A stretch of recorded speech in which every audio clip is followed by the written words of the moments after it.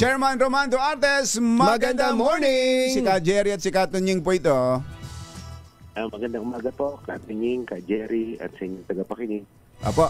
Chairman, tama po ba yung sinabi namin na suntok sa buwan yon, yung kapag buong Metro Manila, lahat ng kalye, bawal ang parking? Hindi naman po siguro suntok sa buwan dahil kung ipagbabawal naman po talaga ng pamahalaan, ay pwede naman pong i-enforce yan. Pero yun nga po, ako mismo po although I support po yung inisyatibo ni Secretary Limon. In fact, ako nga po yung humingi ng tulong sa kanya regarding construction sa kalsada. Ako po mismo yung humingi ng pagkakataon pa na pag-aralan yung question. Kasi po, maraming konsiderasyon po na dapat po pag-aralan. Tulad po siyempre ng economy, dahil meron po mga establishmento na wala po talaga mga parking tulad sa Pinondo. Alam naman po natin, isa sa mga sentro na komersyo yan, pero walang parking dyan. Kung ipagbabawal po natin, paano po yung mga tindahan? Pwede pang magbaba o magsakay ng produkto ang mga sasakyan. Ganon din po, may mga konsiderasyon po na i-building up yung atin po mga local chief executives tulad po ng mga karsada na hindi naman ginagamit na tawiran ng mga sasakyan. Yung mga nasa sulok po ba na mga lugar like Malabon, sabi po ni Mayor Ginny, dulong-dulo na sila eh. Wala naman pong dumadaan doon. Sila-sila lang. Opo, sila-sila lang. So, at may mga karsada daw po talaga na kumbaga, hindi talaga daanin ng tao. Maski dito sa Maynila, may mga napupuntahan akong lugar, Chairman. Halimbawa, dito sa may gawin ng Onyx, San Andres, Pedro Hill. May mga kaliho dyan, yung mga inner roads na ginawang paradahan na yung kalahati. May one-side parking, kalahati. Yung kabila, malas mo kapag doon ka na ang bahay mo, doon sa kabilang walang parking. May araw. May araw yan. MWF yan. Hindi, may mga lugar na, hindi, isang araw lang. Kami lang dito, sa tapat lang namin. Isang fix lang, kaliwa lang. Ganon. May mga ganon. Yung tulad ng ganon na chairman, talagang mahirap ipatupad yan. Yung bawal lahat. Kailangan po namin basis. Kaya nga po, sa BMS, meron kaming pagpupulong na gagawin kasama po yung mga traffic heads ng mga bawat LGU. Ganon din po kasama namin ng DILG at ang kapulisan. Kasi nga po, titingnan namin, ang akin po sinabi doon sa mga heads po ng mga traffic ng mga LGUs na gumawa na ng rekomendasyon sa pagpupulong namin sa Biyernes, kung ano yung mga non-negotiable na talagang kailangan 24 hours. Walang nakaparada. Wala talaga nakaparada. Parang on our end, yung pong mabuhay lanes, saka major thoroughfares, talagang 24 hours po talaga pinagbabawal namin yung mga pagparada. Yun naman pong mga karsada na dapat wala pong nakaparada during rush hour, dapat po ma-identify din nila. At yung mga gusto nilang i-exempt sa ban ng parking. At sabi ko po, kailangan po maganda yung justification nila para makita namin kung talagang pwedeng i-exempt or dapat na doon sa particular na kalsada. O kaya yung may mga oras lang. Pero yung mabuhay lane, tulad ng binanggit niyo, mabuhay lane, tsaka ilang mga major thoroughfares, yun talaga ang pwedeng non-negotiable. I-deklara kagad. Non-negotiable. Saka nakakainis po, Chairman Makikita mo yung malamang MMDA naglagay nun na no parking, yung karato lang no parking, tapos katakot-takot na sasakyan ng nakaparada. Ako mismo. Hindi ako taga MMDA, naiinis ako, Chairman para bang pakiramdam ko iniinis kayo ng mga yun Opo, at in fact may mga instances po na pag nag-clear kami doon, sasabihin po ng mga nakapark na may ordinansa ang barangay Ayun. So, hindi pa rin po kami pumapayag pag ganoon dahil may Supreme Court decision naman po, particularly doon sa 5G case, na nagsasabi na ang MMDA po ang masusunod insofar as traffic matters are concerned dito po sa NCR. So, kiniklear po talaga namin yan. Yun lang, medyo limited siyempre po yung resources namin. Hindi namin natin babalikan. Pero as much as possible po, yung pong mga mabuhay lanes talagang tinututukan namin yan. Kaya nga po rin nanginginak ako ng tulong sa DILG para po mabantayan ito na pag na-clear namin ay dapat po sila na mag-follow up yung LGU na barangay, di ba? Ganun na nangyayari pag alis ng MMDA. Pagtalikod na pagtalikod, ando na ulit. Ang dami nang nakaaway nila. Sino yung nauna yung si Bong Lebriha, sumunod si Gabco. Sigurado kahit sinong malagay diyan mapapaaway talaga.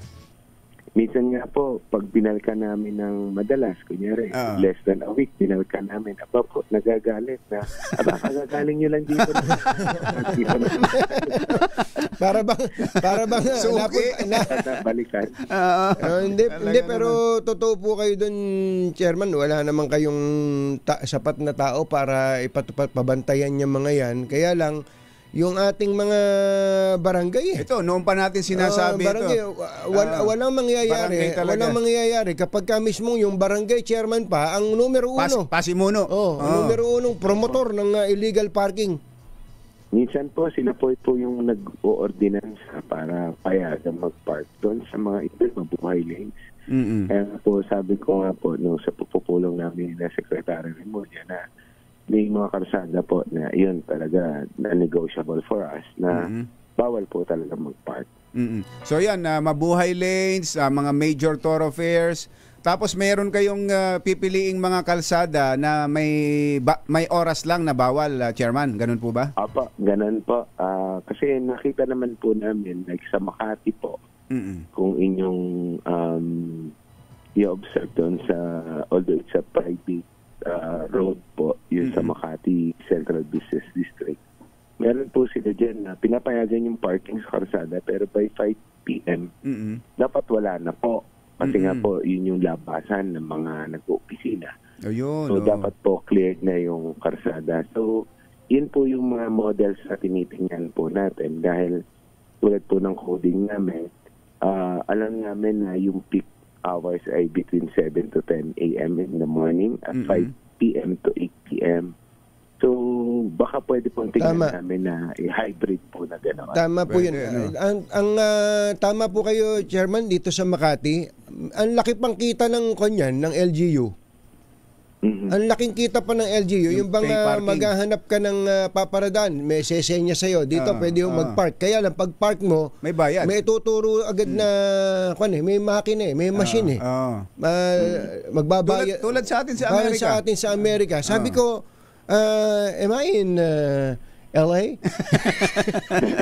Sabi nung taga-MAPSA, no.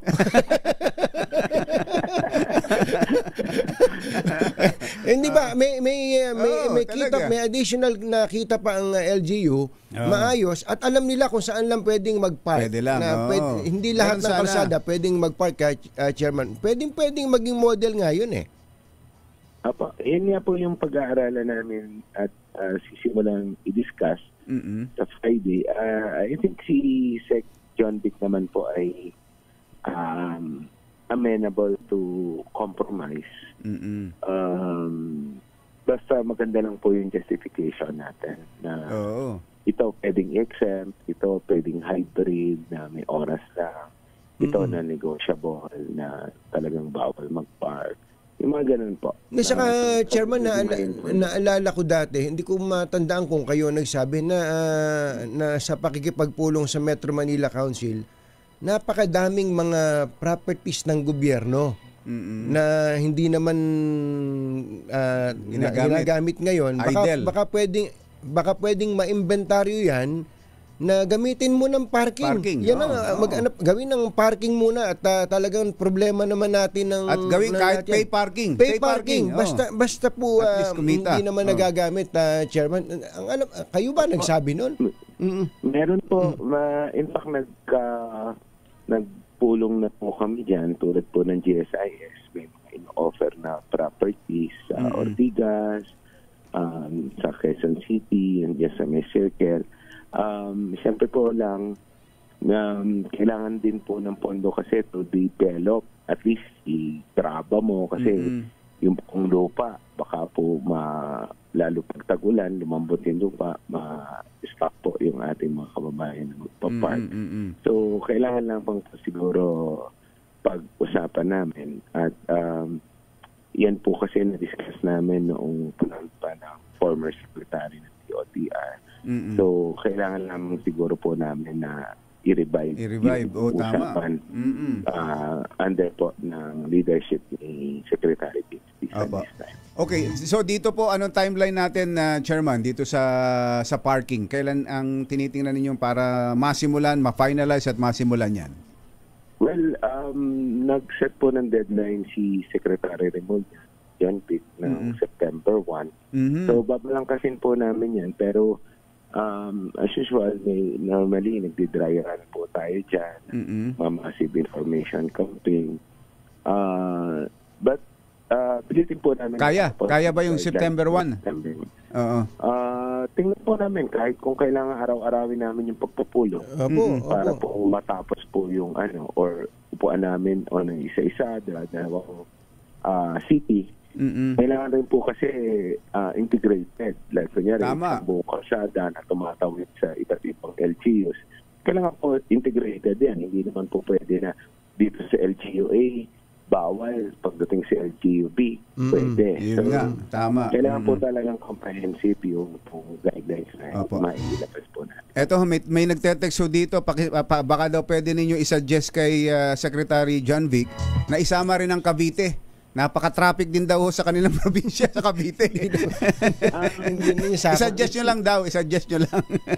Ang sabi naman po ni Secretary Raymond, ipapilot lang po ito sa Metro Manila. Although particular po kasi ang Metro Manila. 13 to 14 million nighttime population, 17 po daytime.